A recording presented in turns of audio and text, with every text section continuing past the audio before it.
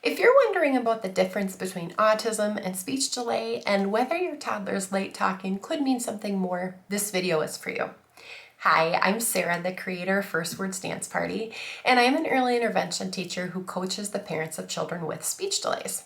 In this video, I'm going to break down the difference between speech delay and autism, what they look like in everyday life, how they overlap, and next steps that you can take to support your child today. When your child isn't talking as expected, it's natural to wonder, is this a speech delay or is it autism? Let's start by defining what each of those are. A speech delay means that a child is developing spoken language more slowly than expected for their age. And that might mean that they're late to say their first words, late to combine words, they may be difficult to understand, or they may not be using as many words as you'd expect. This can look like trouble with imitating words, difficulty putting two-word combinations together, unclear speech sounds, and frustration when a child is trying to communicate. They may rely heavily on gestures and pointing instead of speech. Children with speech delays can still be highly engaged and socially connected. A child with a speech delay who is not on the autism spectrum will still have strong joint attention skills, meaning they naturally share focus with you by showing you things, pointing to things to get you to look at them, and looking at you frequently as they play to see your reactions.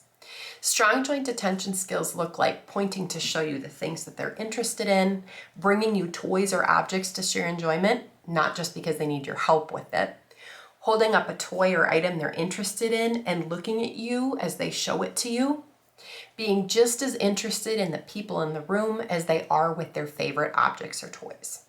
You can tell they're just as interested in people as they are in objects by how frequently they look at you and attempt to get you to join them in what they're doing. Notice that these joint attention skills don't really involve having to use any words yet.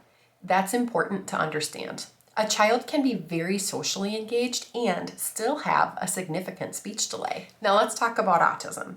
Autism is a neurodevelopmental difference that often involves three core areas: social communication differences, patterns of repetitive or highly focused behavior, and sensory processing differences. Language is usually a part of the picture, but it's only one piece.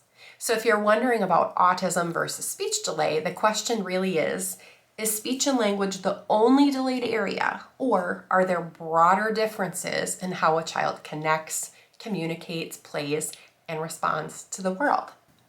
Autism can look very different from child to child, but some of the most common signs of autism in young children include not responding consistently to their name, less consistent eye contact, delayed joint attention skills, limited play skills like moving their toys back and forth or in and out of containers without true pretend play, intense interests like turning the lights on and off or an insistence on being the one who shuts the door, sensory sensitivities or sensory seeking like climbing, crashing, or spinning, distress to changes in routines, using language in unique ways like having an easier time repeating lines from their favorite shows or songs than they do imitating their parents, and delayed speech and language. Now let's talk about how these overlap. Most autistic children also have speech and language delays, and many children with speech delays are not autistic. So sometimes speech delays and autism present together, and sometimes it's an isolated speech delay.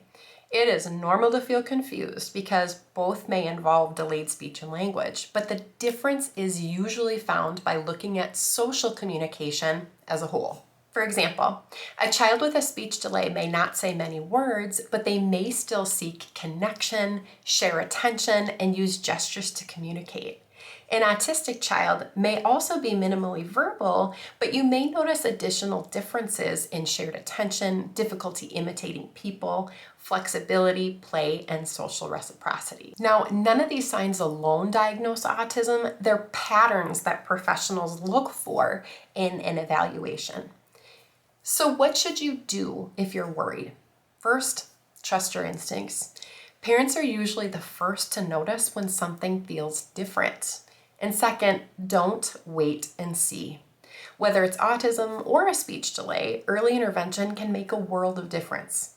An evaluation will help you to get the support in place early. your child is still beautiful and wonderful just as they are, but an evaluation opens doors to services that'll help your child to reach their fullest potential during this time when their brain is rapidly developing during the early childhood years. Third, start supporting communication now. Here's how. You do not need to wait for a diagnosis to help your child. You can start supporting them with strategies for speech therapy at home today.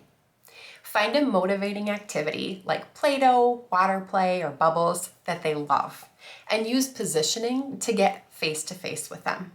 Model short, meaningful phrases like help me, squish, pop, or more bubbles, and then pause and wait to give them time to process and repeat after you.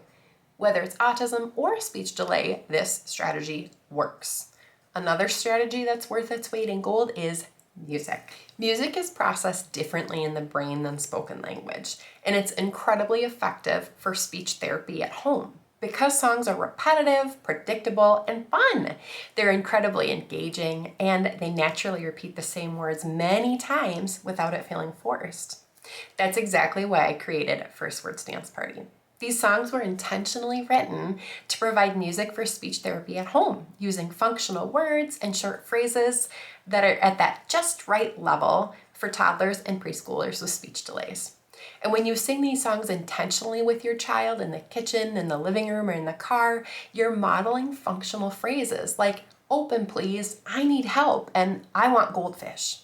If you'd like an easy place to start, I made a free guide called 5 Easy Steps to Kickstart Communication with Music for Speech Therapy at Home. It's designed for parents of children with speech delays, and it gives you practical ways to build language naturally with music. Plus, you'll get bonus song cards to help your child communicate by choosing their favorites. You can grab it in the description below.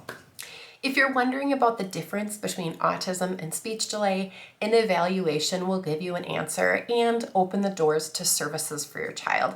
Yes, it can be scary, but a diagnosis won't change your child. It'll just give you a lens to better understand their learning style. For the here and now, focus on joining them during a motivating activity and modeling short words and phrases. Don't forget that music offers an easy and effective way to capture their attention so you can help them to imitate actions and words. Thanks so much for watching. Don't forget to like and subscribe for more down-to-earth autism and speech delay strategies.